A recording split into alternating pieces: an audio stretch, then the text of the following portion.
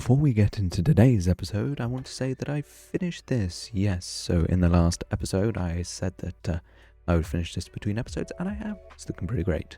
Anyway, hello people. Welcome back to Whimsicraft. Today, we are going to actually be pushing more against this wall here.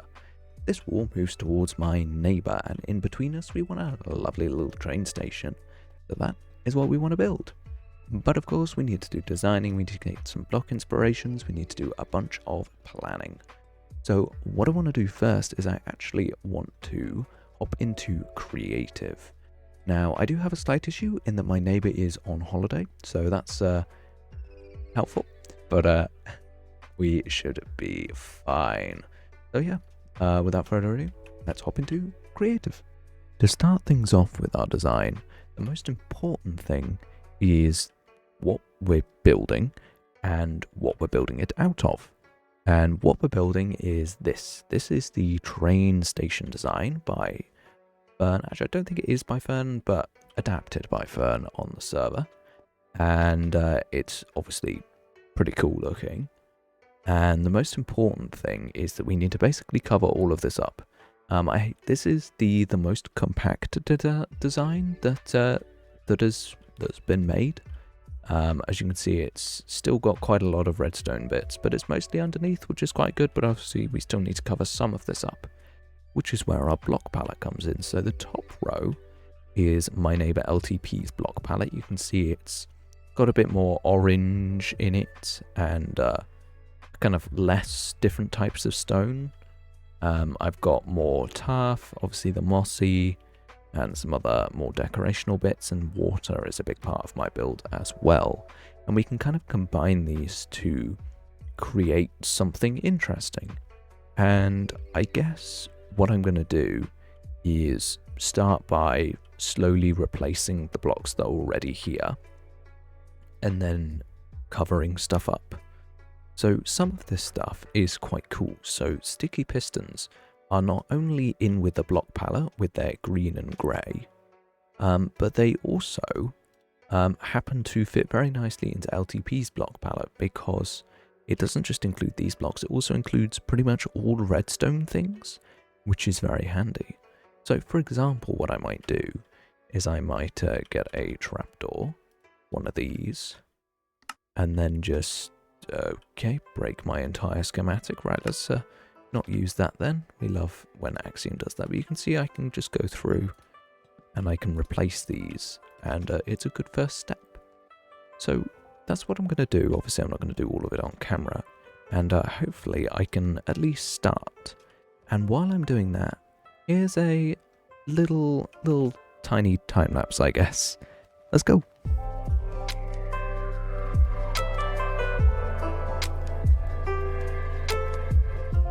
You guys expected me to be creative, didn't you? Yeah, no, we're back on Whimsicraft, and the reason why is because I made a realization. What I realized was that this is pretty hard to design, and the reason why is that I'm basically building off a structure and then trying to put these blocks into it. So instead of trying to build it from scratch, I'll just place in the original and replace the blocks. Obviously I don't include all the redstone, just the structural blocks. Replace them, put the redstone in, finish decorating, and it seems like a much smarter plan. So yep, we use this box, and I guess I will quickly shove the schematic in.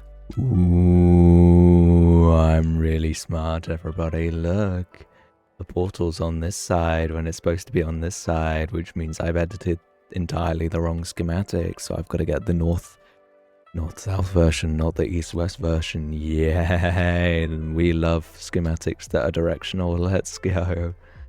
Okay, I'll be back in a sec when I've actually got the right schematic. Success, everybody. Yes, so as you can see, I've done some decorative work, and obviously I've also got the redstone in. Now, I have tested this, and it does work, thankfully, so even though I've been doing some decorating and editing and stuff, it's or editing of the schematic, it is working perfectly, and I'm really happy with how this looks. I like the usage of copper. Obviously these trapdoors need to oxidize, but of course we need to move to the wall, and the thing is with the wall is that I have this idea that because LTP's base is over in that direction and quite a lot higher than this, I had this idea that maybe his tunnel would kind of pop out the roof and have a little like trickle of water coming down. A shame there's redstone right here, but it's doable. And then there's kind of just like this opening.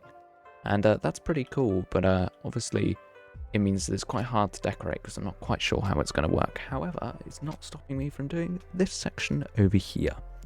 So yeah, I think we'll do similar kind of thing that's happening over here, but we might have a couple of different blocks and stuff happening.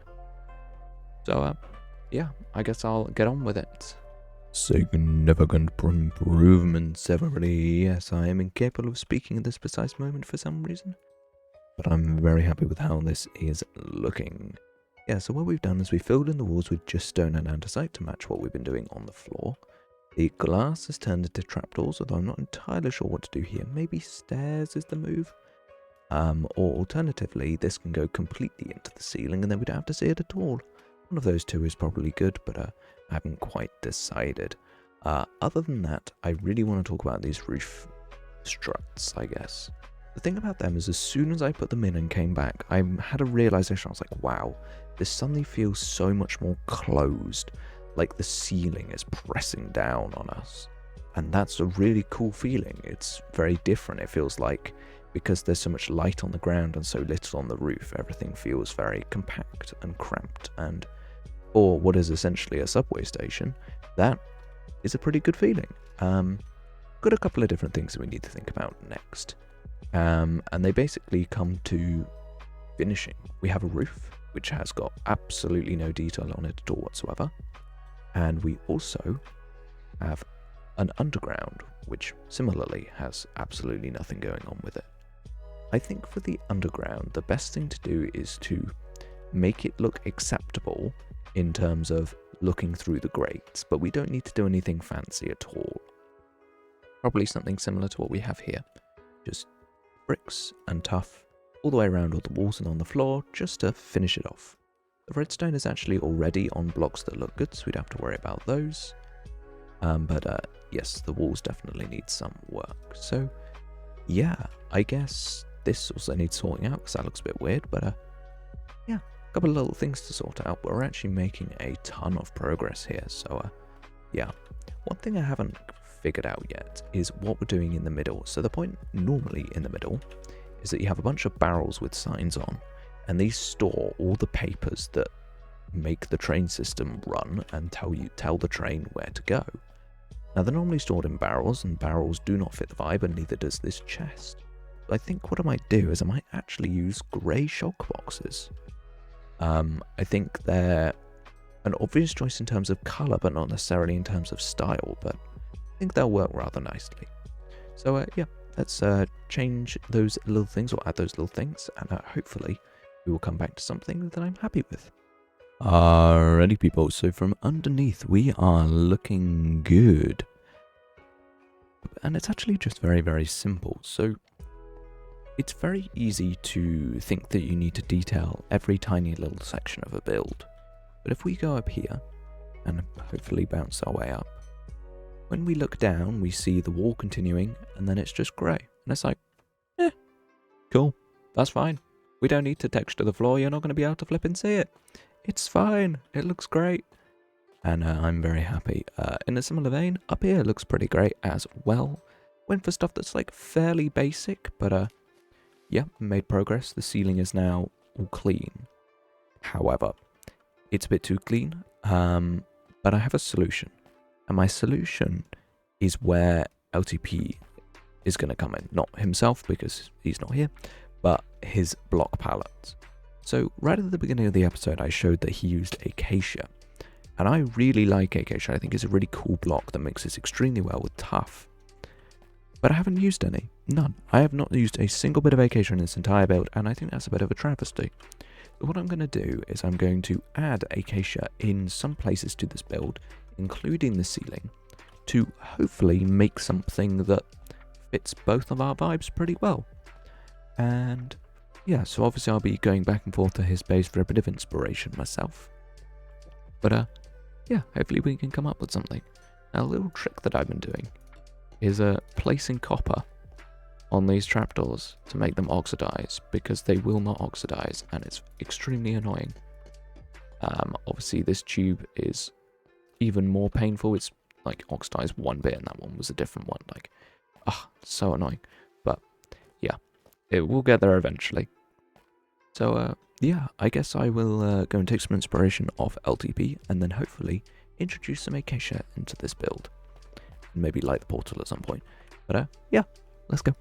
Okay guys, so before we actually make any progress, I was staring at my ceiling, as, you know, normal people do, and I realized that there's literally granite in the roof. This is perfect. I can literally just steal this roof and just straight up shove it all the way down here. And we really take advantage of the orangey color of the roof that I've already made. Perfect. One other thing that we can do that this pillar can do for us can actually give us a gradient. So the copper in LTP's place is more dominated by the unoxidized. So what we can do is we can just fully have a gradient, oxidized at the bottom, not oxidized at the top, orange ceiling. Pretty perfect. Again with the acacia, not quite sure I'm going to put it in, but I do definitely want to include it maybe in the redstone bits. I'm not sure. Anyway, let's actually get on and do something rather than just yapping. Well, everybody, not only does this look different, it also looks better, which I'm a really big fan of. Yeah, so I worked on the ceiling and I also added these extra struts. Not only does it make this place even more chaotic, but it makes it feel even more like LTP's area, which is perfect. I added some little things so these weren't floating, added some extra acacia as I mentioned before, and I'm really happy with this. Obviously I'm still waiting for the gradient to come in on the tube, but yeah, I'm super happy with how this is going. And not only that, I actually got the portal working and it actually places me in the right place, which is very helpful, and I have labeled it for Fern as well. That means that this is the official portal that can be used for the train system when the time comes. And yeah, very cool. What I want to do now is I want to hop across and do something a little bit different. So yes, if I head my way into this portal and come out of here, you can see that we're on the nether roof. Now, I don't show the nether roof too much in videos because it's extremely boring. Over here we have a portal, and a portal, and a portal, and a portal, and an iron farm that I steal from a lot. There's not much else here apart from Schienenberg's stuff, and this is the portal for the official Stoby and LTP station, which is very exciting. However, it's extremely ugly. I covered it in granite because it was a helpful, like, distinguishing block. Like Crumb has this, and I've got the moss, and, you know, the copper. Like, it's helpful having distinctive blocks, but granite is vile. So what I'm going to do is not actually build anything, but we're going to design some stuff in creative. Basically, one of the points of the station project is that between the portals, so in fact my portal will be going somewhere over there, between them there will be tunnels, and these tunnels obviously need to be designed, and that's what I want to do. I initially had a design which included a lot of purple, a lot of stone, a lot of like amethyst. It was a really cool, interesting design. However, because I feel like it would be more interesting to have a portal that fits what the station looks like, kind of coppery and acacia-y and tough and stuff like that, would be a much more interesting thing to do, I guess. So yeah, I guess we need to hop across into creative to kind of have a think some block palettes. And also the size of the tunnel is very interesting, and yeah, that's something that we need to work out over there. So let's go. This is what I've come up with. Now, it's not 100% done, but you can see that what we've got is something that is pretty good looking, I would say. I like how it is aesthetically. It fits where it's come from, I guess. But there's one thing which I haven't done, which I need to do, and that is figure out how to power these rails. Because I could just power them from the bottom with levers, but I feel like we have the opportunity to power them from above, break up this line of boring. I don't know. Some features of this that I quite like. Obviously, we have the rails for the train system to work, but also we can actually fly through this place. That was something that I found to be quite important, because if the rail system breaks, we still need to be able to get around. So I can fly in my own tunnel. I won't this isn't like a requirement for tunnels, but that other people build, because obviously they're all going to be different. But I like the fact that mine has this option. There is also another option, and it is, if I do /enchant, if I can type, soul speed 3, and then put these on, we can run super fast. And that is because I have soil underneath these slabs, and it just gives an extra dimension to these tunnels, so they're now very multi-purpose, which is very helpful. The other thing that I'm worried about is light level. Now, obviously nether mobs can spawn. Ghasts can't spawn in this, thankfully, because of the rails. But I'm pretty sure piglins can spawn on these blocks, so I'm not sure what to do about that, but I think it might be cool if it was actually related to how we power these rails. So I guess I'll have a think, come up with a solution, and get back to you guys. This is literally the perfect solution. Look, it's lighting and it's powering the rails, it's genius. These four in the middle are powered by the redstone that will eventually be underneath the junction to make it work. Honestly, I'm not sure why I built this on a junction. The tunnel design will probably change on each junction, but either way, it looks pretty cool. So, yeah, this is everything I have for you guys today. So, if you enjoyed this video, make sure to give it a like, subscribe, all that fantastic stuff. And next time, we will be digging in the other direction, which will be pretty fun. Well, I think I've already done most of the digging, but yeah, gonna be doing more stuff underground. So yeah, I'll see you guys next time. Bye.